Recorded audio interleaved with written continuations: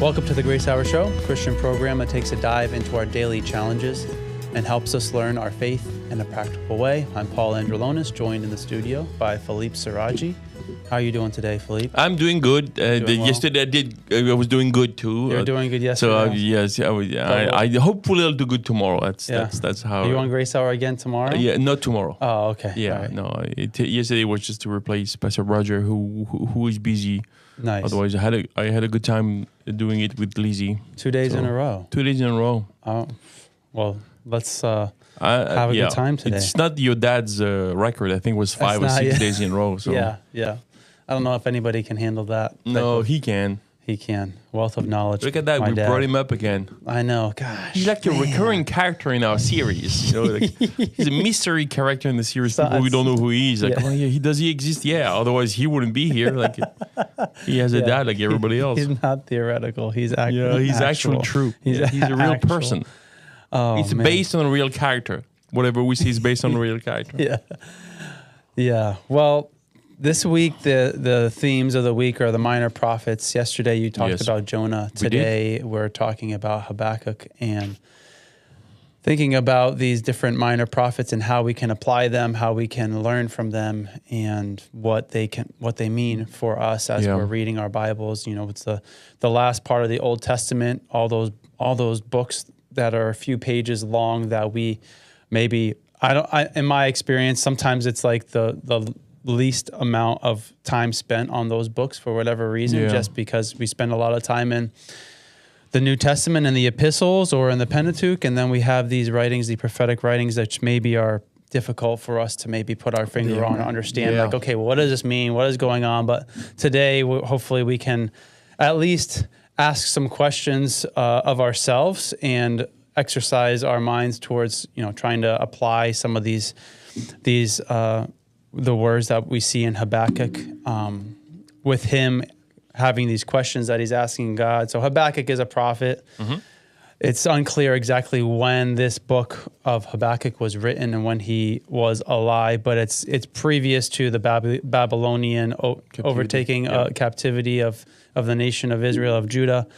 And he is seeing a lot of things happening as far as the nation of Israel or God's people being overtaken violently or having these other nations impacting the people of God. And he has some questions that he's asking God. And that's essentially what is happening in this book is Habakkuk sees something. He's asking God what God is trying to understand what God is doing. Yeah. What is happening in the world can fit into God's plan. And I think in a lot of ways, this can apply to what we are experiencing in our world, maybe, or the questions that people have for God. So Habakkuk in chapter 1 asks God a question or asks him many questions, and then God answers him. And then in chapter 2, God answers him. In chapter 3, Habakkuk then responds, or he receives the answer that God has, and we see some sort of maybe relaxation or just an understanding that Habakkuk has now of God's purpose and his plan. However, limited that is, in that he is a human being trying to understand what the Almighty God, who's outside of time and space, is doing and his plan and his purpose. So that's kind of maybe a quick overview of what the book is about. And hopefully we can have our conversation today can bring to light some of the concepts and the ideas that are behind some of the things that Habakkuk says. Yeah, I mean, I just want to. We say minor prophets, so I think we need to define both words because before we do, minor does not mean like they are minor in terms of it's not their age. Okay, they're not under 18. Yeah. It's not minor in terms of importance either. It's the size of the book. Yes. The major prophets are usually larger, and minor prophets are a lot smaller. So it's just that, Yes. And prophet in the Old Testament has a similar sense of what we understand today. I think the misunderstanding about prophecy is that the vast majority of what they do is forthtelling, telling the future. It's not true at all. Yeah. It's actually very little forthtelling in the prophets in the Old Testament. There's a lot of foretelling, which is preaching. And actually, so you have three types of prophets here: the pre-exilic, exilic, and post-exilic prophets, based on the exile in Babylon I think it was 586 BC, where the southern kingdom, the one who stayed faithful to God, was deported for a period of 70 years. And so he's pre-exilic. So he's preaching before. And most of the post-exilic are actually addressing issues in Israel as they come back. So when we see prophet, we're not necessarily talking about someone who's seeing a beast with 4 eyes. And you know, that's kind of unusual, really. It's not necessarily prophecy. But So you see that somehow a little bit in Isaiah, a little bit in Ezekiel, a lot in Daniel. But then the other books are really just like common guys just talking to God and helping the people figure out what's going on by repeating what they were told in the Pentateuch. So just like a pastor go on Sunday morning, they're basically helping us figure out life based on the Word of God. So that's mostly what a prophet is in Scriptures. And I'm saying this because sometimes it's misunderstood. Like I have a gift of prophecy, and it's misunderstood as being I have a crystal ball in my house, and I can look through it and I can know what's going to happen in the future. That's not what it is. God gave us enough revelation, so we don't need another one. And that's why, and it goes back to the last point you made, that's why we need to pay attention to those guys, those 12 small amount of prophets, because these are 12 books that are parts of the revelation of God, and they are inspired. And as Paul wrote in Romans 15, is it 3 or 4? Like they're written for our instructions. So a whole week this week on minor prophets, because they're not that minor. And they're also very important. So we're very happy to look at. And yesterday we spent 45 minutes discussing Jonah. And we're excited just how many lessons there is in there. So I think we're going to do the same today, looking at Habakkuk and see how much practical things we can learn and even compare with Jonah and see how Jonah and Habakkuk dealt differently with their issues before God. They both talked to God. One stayed mad and the story ends this way, and one didn't. And I think maybe it speaks about our attitude towards God, doesn't it? Yeah, I think so. And I think this talking to God and listening to what God has to say is something we see in both those, Jonah and in Habakkuk, because sometimes we want to talk and maybe we know people or we have conversations where people just like to talk and they actually don't listen to what you're saying. They're just waiting for their next opportunity to speak. And we can be the same way when we're communicating with God and when we're communicating with other people.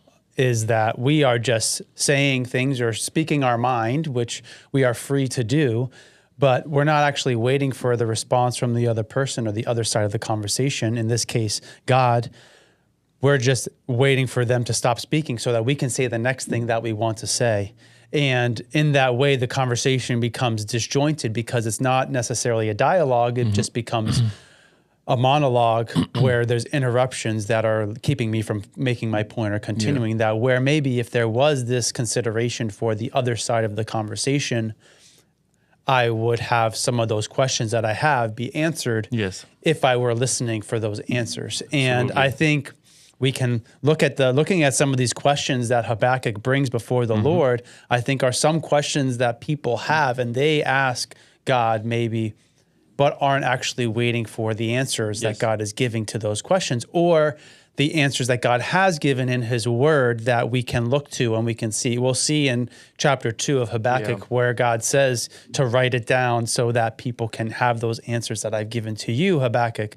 So I think like in this first couple of verses of Habakkuk, we see like his mindset, this boldness that he has to come before the Lord. And we see it also in the Psalms with David or Asaph or the different authors of the different Psalms, that there is this opportunity that we have to cry out to God, to ask our questions, to make our requests known to Him, and that He is not a God who is afraid of those requests or those concerns or those questions or those things that we bring before Him. Because we see in Habakkuk chapter 1, it says the oracle of Habakkuk, the prophet saw, and it says in verse 2, "O Lord, how long shall I cry for help, and you will not hear? or cry to you violence, and you will not save? Why do you make me see iniquity, and why do you idly look at wrong? Destruction and violence are before me, strife and contention arise. So the law is paralyzed, and justice never goes forth. For the wicked surround the righteous, so justice goes forth perverted. So this is like almost like an attack from Habakkuk to God, like aggressively addressing God, like, where are you? What are you doing? Why are you just sitting there letting violence happen? Why are you just sitting there letting evil happen in the world, which is something that a lot of people use in our culture today, like to dismiss God, dismiss the existence of God. Well, if God is real, then why is there evil? We had that. We've talked about that question a lot. But not only that, he's saying you're sitting there idly, looking at these bad things happening and doing nothing. There's destruction and violence. And then you've given a law, but nobody's abiding by the law, as in verse 4. And like justice is perverted. It's like he has a concept of what is happening in the world, and he is bringing that before the Lord. And I think that's an important thing to make note of, is that we all have that perception and we all have that view of what's going on in the world. And we can come before God and make those questions before him and ask him, like, what are you doing? God, what are you doing? And then the next part is where maybe I can struggle, is when God does answer us and how we respond or how we receive his answers to our questions. So that's, I think, like that boldness that he has to go before God and to make those questions known to him, whether it's in frustration, whether it's in whatever, worry or fear or like just uncertainty. He's bringing that before God. And I think that's a posture that is in and of itself good, in that there is that opportunity. Like, we can come before God and make those questions known before him. And what do we do next is really, or how we respond to his response, or his answers to our questions. I mean, this is huge. We could talk about this for the rest of the show, because it's just really huge in the sense that, so when you and I were talking earlier, we're thinking, well, there's two ways we can approach God, right? We can ask God questions, or we can go there and demanding answers, which is not the same thing. Yeah. Because it's a different attitude. So God has a way to give us three options. He can answer, he can not answer, he can ask us to wait. So if I come demanding, if I don't get the answer, I get frustrated two times out of the three. But if I'm asking a question, I don't get frustrated any way. Yeah. Because God can give me an answer. Can be a word or promise or an action, but you can tell that Habakkuk, being a pre-exilic prophet, we know with history that he was not given an answer because they were still deported. Yeah. So he's asking God, and the language he's using, though respectful, is pretty strong. He's telling God what to do. Verse 5: look among the nations and watch, be utterly astounded. Like, it's almost, he's saying, God, are you kidding me? Are you kidding me? Can you just sit down for a minute? I'm going to show you how it's gone. It reminds me of Job. If I get my audience before God, I'm going to tell him what I'm thinking. I'm going to tell him exactly how things are. Yeah. And it's interesting because Job is not wrong at all. Like, he's none of the issues he's going through, the trials he's going through, are actually of his making or consequences. So he was wrong. He was right by saying to the guys, I didn't do anything wrong. That's not why I'm in this predicament. He also does not recognize who God is. And that's the balance, I think, that I love in the Habakkuk. Habakkuk is bold enough to go to God as a prophet. He speaks to God like he would prophesy to the people. Yeah. He's correcting, he's not correcting, but he's pretty bold. Yes. And that's what we're told in Hebrews 4:12-16, to enter boldly into the throne of grace. So he does that. And on the other hand, also respectfully waiting an answer from God, not demanding one. That's a big difference, I think, right? So he goes on and say, for indeed I'm raising up the Chaldeans. So he goes on, he's saying, and hold on. Yeah, I don't want to get lost in what we're saying. Anyway, so the point is, verse 4 again. Therefore the law is paralyzed, and justice never goes forth. For the wicked surround the righteous, therefore perverse judgment proceeds. And that this reckoning of what's going on, it what bothers him. And I think we're in the same way now. Like, we want, we could spend 10 minutes listing all things that are wrong in the world and then start wondering why, God is not answering. Like I remember when I taught the class of apologetics last time at the Bible College, there is an issue. There's a point we bring up in apologetics, which is defending God's justice and righteousness despite evil in the world. The word is theodicy. That's the word we use to develop a philosophical argument that shows that God can be both infinitely powerful and infinitely good, and though allow evil in the world. And the main reason why is because we have to ask ourselves this question: is it possible that God would have a reason to allow evil in the world that would be beyond my grasp? Mm-hmm. And the answer is obviously yes, because if I'm proud enough to think I can compete with God in a joust of conversations, like him and I are going to go across the table like Job wanted to, really? Okay, God said, okay, let's sit down, gird on your loins, I'm going to ask you a few questions. Mm-hmm. And those questions were not for him to answer, they were rhetorical questions. Mm-hmm. And the point is, realize, do you know any of the answers? That's what I'm doing. That's what it's just like in saying, I went to the doctor not too long ago for like a full panel or whatever, mm-hmm. the complete work. Mm-hmm. And I can go on Google and look at symptoms and numbers and everything, and I don't agree with what the doctor says. Like for example, my dog, I was a high level of something, and I'm thinking, well, that's pretty high. Doctors, no, it's fine. Oh, it's pretty high. It's like, oh, no, it's fine. No, it's pretty high. What did you Google it? That's the point. It's like, so I think it's the same way. Like, so my doctor went like to school for 10 years, 12 years. Mm-hmm. I ain't going to school at all for medical. I don't know anything besides Wikipedia and Google, So I'm ridiculous. I'm arguing. I didn't, but I could argue, it's like, ask the question twice. And prescribe me something. Yeah, That's too high, you don't know what you're talking about. I'm going to tell you, I'm going to write myself a prescription just to sign at the bottom. It's the same thing here, like it's in our work. So can I just learn, like waiting is a big part of our life as Christians. We see that word all the time. We're waiting on God, right? Yeah. So I think this book is also, showing us that aspects of our lives. Yeah. Right? Yeah, I think the realization and God's response to Habakkuk there in chapter 1, and then also Habakkuk's response, in verse 12, his response, "Are you not from everlasting, O Lord, my God, my Holy One? We shall not die, O Lord. You have ordained them as a judgment, and you, O Rock, have established them for proof." So he's recognizing that, okay, maybe God does know better than I do what he's doing, better than I do in this situation of what's happening. There's these people, there's these nations that are warring and that are battling and that are taking nations and taking the people and rounding them up and having them be slaves, having them be under the leader, the oversight or the dominion of that nation, Babylon. Assyria is getting taken over by Babylon, and the people of Israel are kind of caught in that state. And this is like, okay, maybe God does know what he's doing. Maybe God has a plan and a purpose in this. And I think, again, like you were saying, we, in a similar way, have these questions that we're asking God, and are we listening to his answers? And do we believe him when he says these things? Yeah.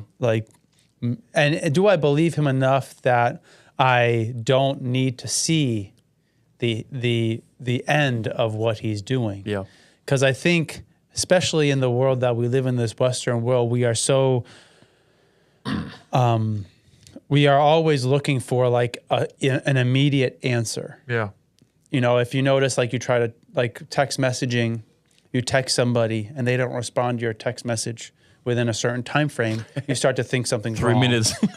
It was like, I texted you, why didn't you respond? I was like, oh, my phone was in the other room, whatever the case is. So I thought that something happened to you. You know, we have this idea of like getting an answer right away or whatever, I want to choose something, or I want to have my actions have a result, a result that I'm looking for within a particular time frame, which is shorter and shorter as we live our lives in this time. But this attitude of waiting, this mindset of waiting, is something that, as you said, throughout Scripture, we see God is asking people to wait and trust Him. And that's something that we, especially in our culture, in our society that we're in today, that is a place where we can get closer to God and learn about God, is in us not having the answers and waiting on him to give us the answers. Because what we can do is we can get caught up in this anticipation or not waiting. We saw it with Saul as the king, not waiting for the man of God to come and to make the sacrifice. And he's like, oh, we got to do this. We got to do this. Yeah. And that's how we can be in our life. We're anxious and worried and we're like, oh, can you, God, do this. And not so much so like waiting for his word. And maybe we can talk about this, but I'm waiting for him to do something. Yeah. Like in this situation, Habakkuk is asking God, like, look at all the violence that's happening to your people. Is this violence beneficial to your people? Is this actually what they need? Or can you care for them and take care of them without all this violence happening?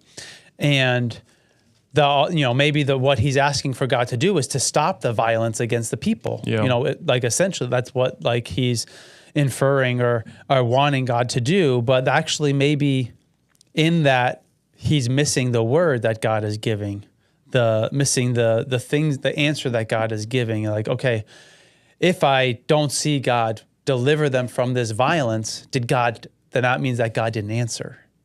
You know, and maybe in our life it's a similar way. If God doesn't take away this situation or resolve this relationship or help me through this, whatever it is, take away my pain, take away this or that, or fill in the blank with whatever thing I ask God to do, does that mean that he didn't answer me just because he didn't perform an action or do something miraculous? No, because he has given an answer, but maybe it's his word, and I have to wait, and maybe that answer is going to be something different than I think it's going to be. Yeah. Yeah, it's interesting because, so I mean, like, you and I were talking about Psalm 130, verse 5 through 7, right?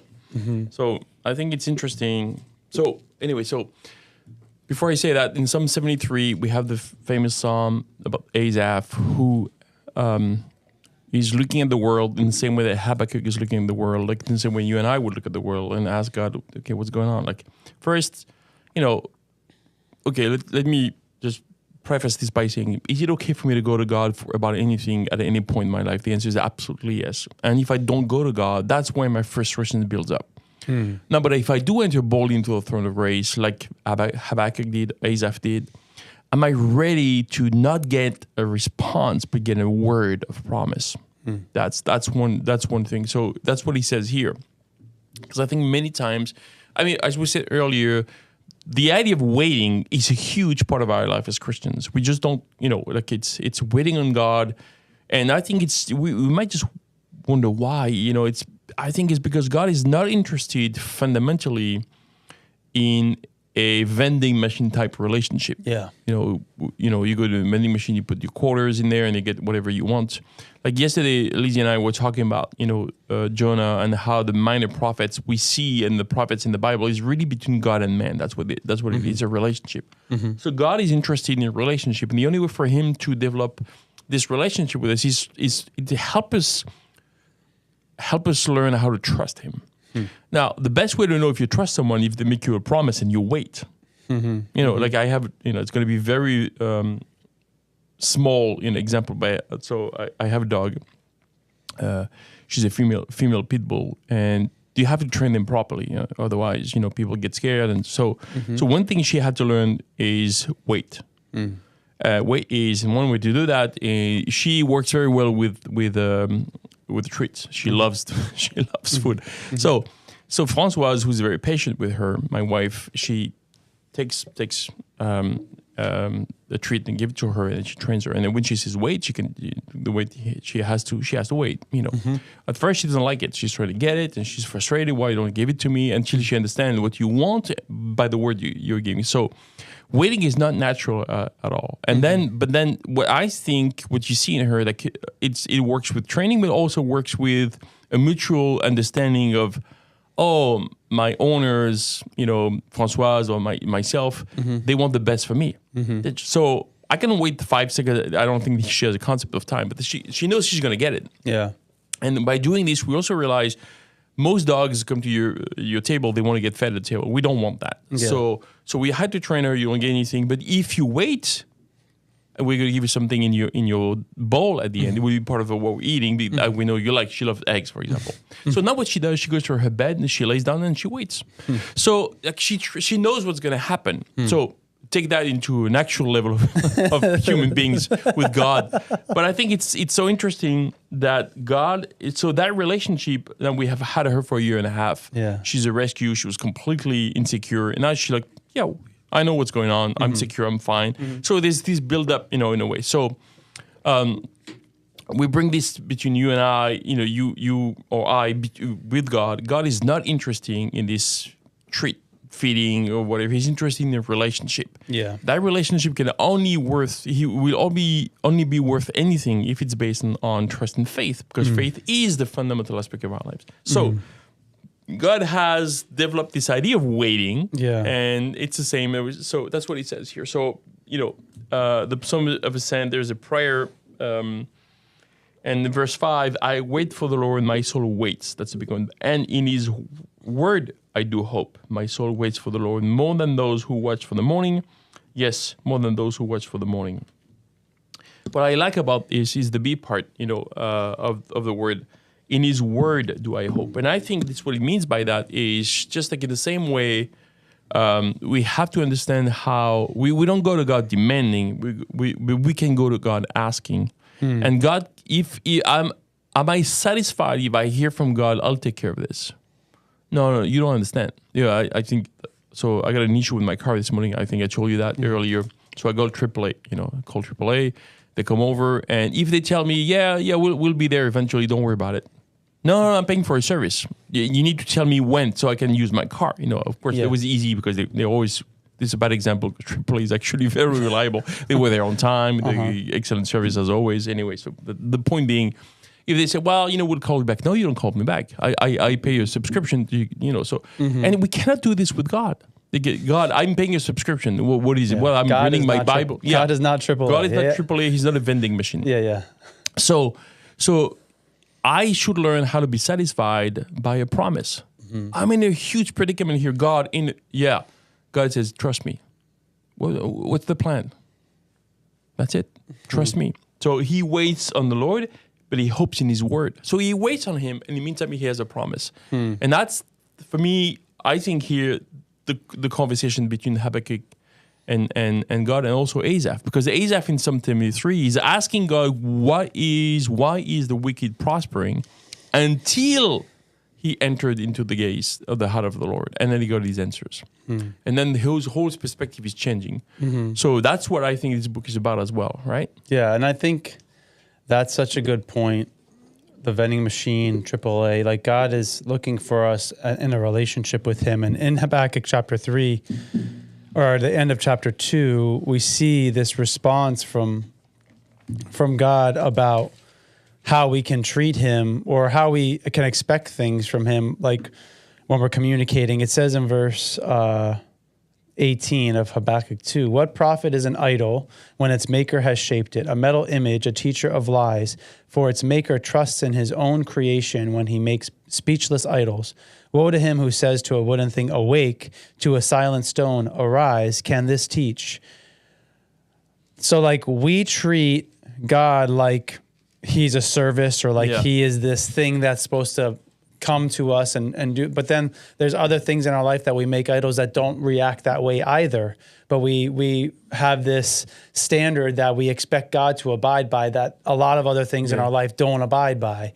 And we can be really discontented with God because like, I want you to do this thing and you're not doing it. Like, well, there's other areas in your life where you're doing it and you're ignoring the fact that they can't do any of those things. But because we know that God can do these things, because we believe that He can do miraculous things and can go above and beyond all we ask or think, we expect Him to do it on command, or when we want Him to do that. But one thing we were saying earlier when we were talking, and I think this is a great, as it relates to these, the making requests to idols versus making requests to God, like this waiting that we are called to do, waiting on the Lord, making our requests known to him. It says in the earlier part of chapter 2 that God says, write the vision, make it plain on tablets so he may run who reads it. So God is responding to the questions that Habakkuk has and saying,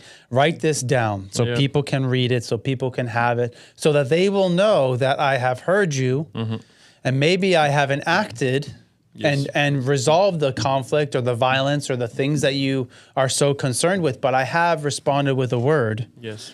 And then in verse 3, for still the vision awaits its appointed time. It hastens to the end. It will not lie. If it seems slow, wait for it. It will surely come. It will not delay. And I think we were saying, like kind of jokingly talking about this earlier, about when you make an appointment, we were saying like, okay, let's have dinner on Friday. And then I call you on Wednesday and say, where are you? Yeah. And you say, we're not having dinner till Friday. Why are you calling me on Wednesday? Yeah. And this is how we can be when we're talking to God. Like, no, I am going to deliver my people. Yes. Like that's what he's saying to Habakkuk in this situation. I am going to deliver them. And Habakkuk's like, well, it's Wednesday. Why haven't you delivered them? He's like, I'm going to deliver them on a time that you don't know, but there's an appointed time that it is going to happen. It is going to be, and that's the confidence, or that's the trust that we are growing in or desiring in God, so that we can wait in those times. Like, do I believe that he will deliver? Do I believe that he will save? Do I believe that I will see him face to face one day? And in all of these different things that are happening in our world, is that the appointed time that he has defined, that if it seems slow, wait for, like maybe the timing, the instant gratification isn't happening and I'm having a trouble with that, but it will surely come. It will not delay. It's not late. He's not tarrying. Yeah. He's not sitting idly waiting for us to get frustrated so that he gives into our frustrations and gives us what he has, a purpose and a plan, and he knows what he's doing, and I can wait for him in that. And in some cases, maybe I'm not going to see that. Yeah. Like Moses was given a promise that he would go into the promised land. And then we know maybe the story, like he hits the rock multiple times, gets disciplined by God, and then he finds out he's not going into the promised land.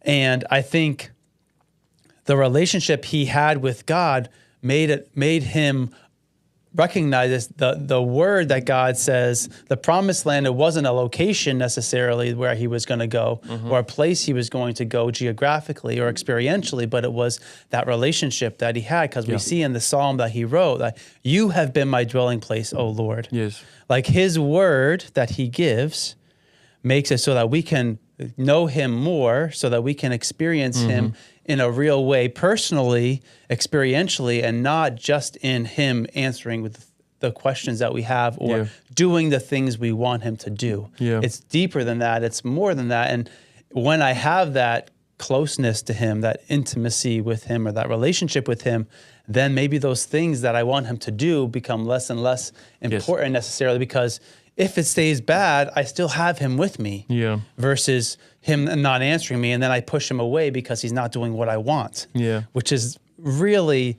if I believe that he knows what's best for me, then maybe what I want isn't the best thing for me. Yeah. And we go back to the idea of faith and trust, because me waiting on God, despite the fact that I only have a word, it's Wednesday and the dinner is Friday, and I decide not to call. It's because I trust. Yeah. But if I don't, it's a matter of insecurity. So I'm looking at this. I know you said Friday, but I mean it tears it. I'm waiting. Yeah. We get that. But this insecurity is transformed into a sense of safety by developing a relationship with God who's based on who he is. And in the same way, we can understand that with friends, and for example, like let's say, I don't know, there's some challenging something happening next Monday and I need some real help. I got this guy in the street, oh yeah, I can help you, I'll be there, and I don't know who he is, I don't have his number, I can't confirm anything. Or I call my best friends, who's actually an expert in the field, who's never let me down ever once in my life. He's going to say, I'll be there on Wednesday, 8 o'clock, on Monday, 8 o'clock, not a problem. That's it. My situation hasn't changed. It will be dealt with first thing on Monday morning by an expert. who knows what he's doing. So am I going to have a good weekend? Absolutely. Of course, it's still there in the back of my mind. I hope it's going to be okay. But anyway, he'll be there. It's fine. Yeah. But that random guy, I have nothing, I know nothing about. I don't even know. I don't have his number. I can't confirm anything. Like, hey, are you going to be there tomorrow? Are you sure? Do you need anything from me? It's a whole. So the only difference between the guy number one and the guy number two is the guy number one, I don't know him at all, and I have no reason to trust him. Guy number two, he has a perfect track record of being faithful to our friendship.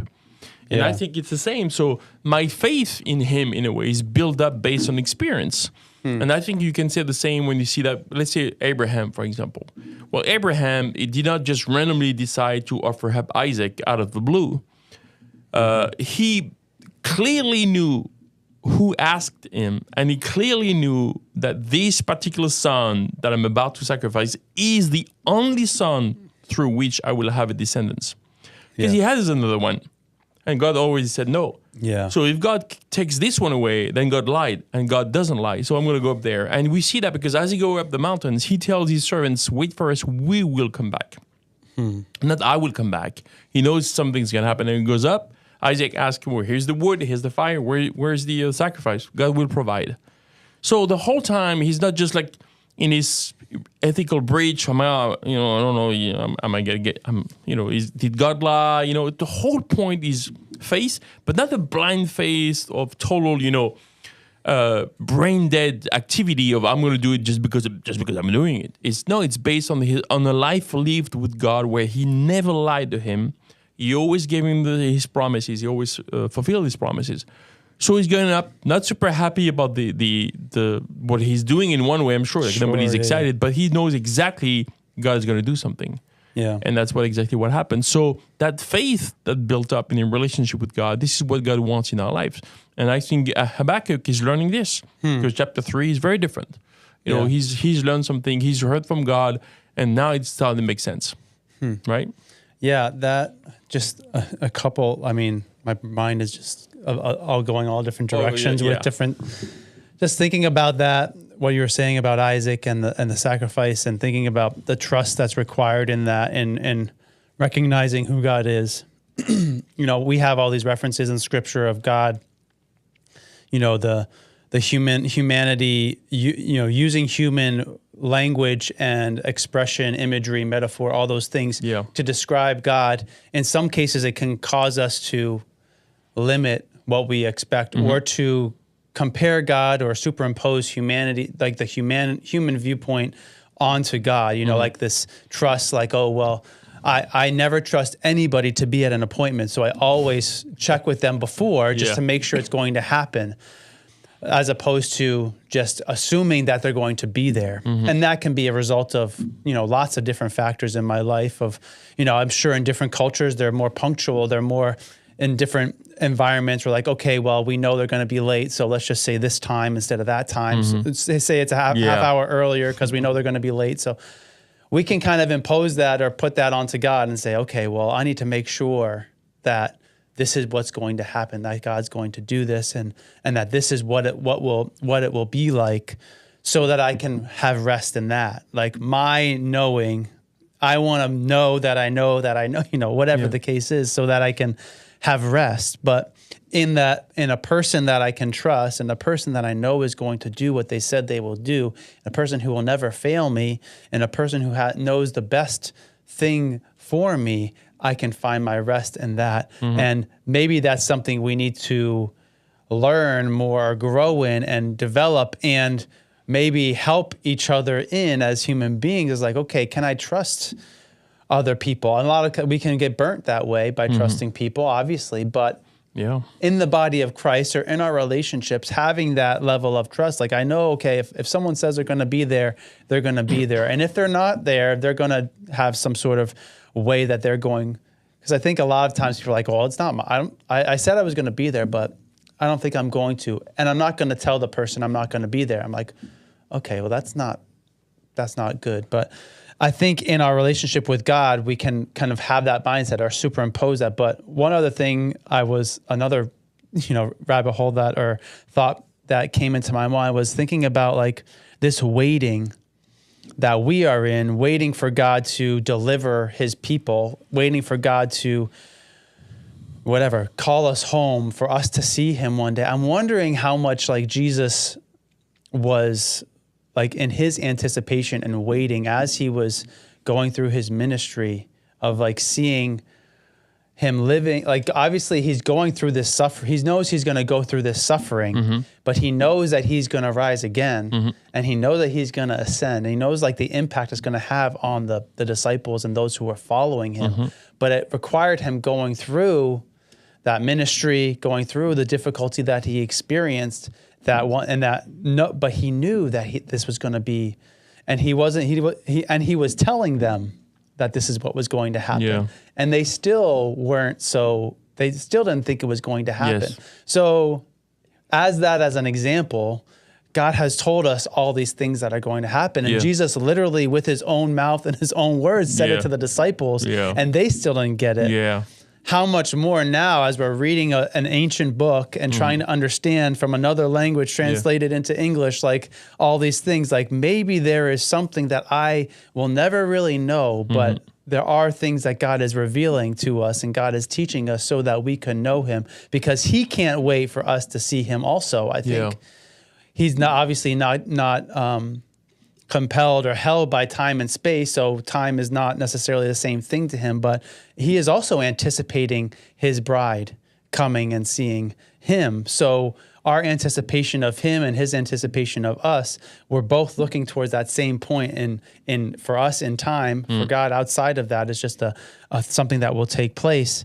It's definitely, I think, that mindset helps ours in this thought process that I'm speaking out loud as I'm thinking it, is that like we're looking towards the same thing, and God's anticipation is maybe greater than our anticipation of what that. And if I draw closer to him and I learn of him and I develop that relationship with him, then I focus on that relationship and focus on that moment that will happen one day, and all those other things that are happening between now and then maybe are like the value is diminished because, okay, I know I'm going to see him, and I know I'm going to see him, and it's going to be the most glorious thing that will ever happen. And it's, what did it say? It will surely come. Yeah. And that there's an appointed time. It is going to happen. And that's what I can focus on. Yeah. And that's what I can be confident in, is that we will see him, and we will be glorified just as he is glorified. Yeah, and then just to wrap it up, but he says, the last 2 or 3 verses of Habakkuk 3, right? The last, though the fig tree may not blossom, like he knows things are going to, like if you look at the verse before that, he knows like hell is going to break loose. Yeah. In one, but he says, though the fig tree may not blossom, nor fruit be on the vines, though labor of the olive may fail, and the fields yield no food, through the flock may be cut off from the fold, and there be no herd in the stalls, yet I will rejoice in the Lord. That it's like things are bad, they will get worse, they may get worse. But so when things were bad, I was questioning God. Things may get worse, but I still rejoice in the Lord. There's something happened between chapter 1 and chapter 3. So at the first, because it's like, okay, it's on a scale of 1 to 10, it's a 5. I hate it. Yeah. It may get a 10. I may still rejoice in the Lord. So that's a complete change of mind. Yes, I will rejoice in the Lord. I will joy in the God of my salvation. The Lord God is my strength. He will make my feet like deer's feet, and he will make me walk on my high heels. And that's the point, is that's maybe a good way to end, is this encounter with God. That's what makes a difference. His perspective is completely new. It's a different way of thinking. I hate what I see, and I want to ask God a demanding answer, maybe, and then there's no bettering of the situation at all. It's actually getting worse. But now I'm still rejoicing in the Lord. That's, I think, what our relationship with God, being in his presence, does to our soul. Right? Yeah, and that's what listening for his answer to my questions can do for our soul too. Like, I go from worrying to rejoicing because I'm not bombarding God with my statements and my questions and my frustrations, which I can do, but I actually listen to what he has to say in return. Yes.